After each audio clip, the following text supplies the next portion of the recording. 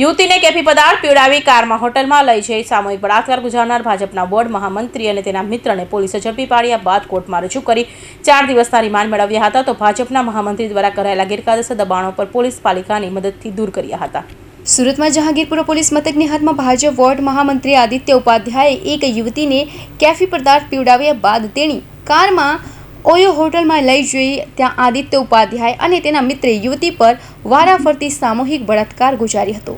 આ બનાવને લઈ જહાંગીરપુરા પોલીસે ગુનો નોંધી નરાધમ બળાત્કારી ભાજપના વોર્ડ મહામંત્રી આદિત્ય ઉપાધ્યાય અને તેના મિત્રને ઝડપી પાડ્યા હતા અને કોર્ટમાં રજૂ કરી પોલીસે બંને 10 દિવસના રિમાન્ડ માંગ્યા હતા, જ્યારે કોર્ટે આરોપીના 4 દિવસના રિમાન્ડ મંજૂર કર્યા હતા. તો બીજી બાજુ આદિત્ય ઉપાધ્યાય ભાજપના વોર્ડ મહામંત્રી હોય, જેને લઈ તેણે પોતાના વિસ્તારમાં ગેરકાયદે દબાણો કરી નોનવેજનો ઢાબો શરૂ કર્યો હતો, જે ગેરકાયદેસર કરાયેલા દબાણને પણ જહાંગીરપુરા પોલીસે પાલિકાની ટીમને સાથે રાખી ડિમોલિશન કરી દબાણ દૂર કર્યું હતું.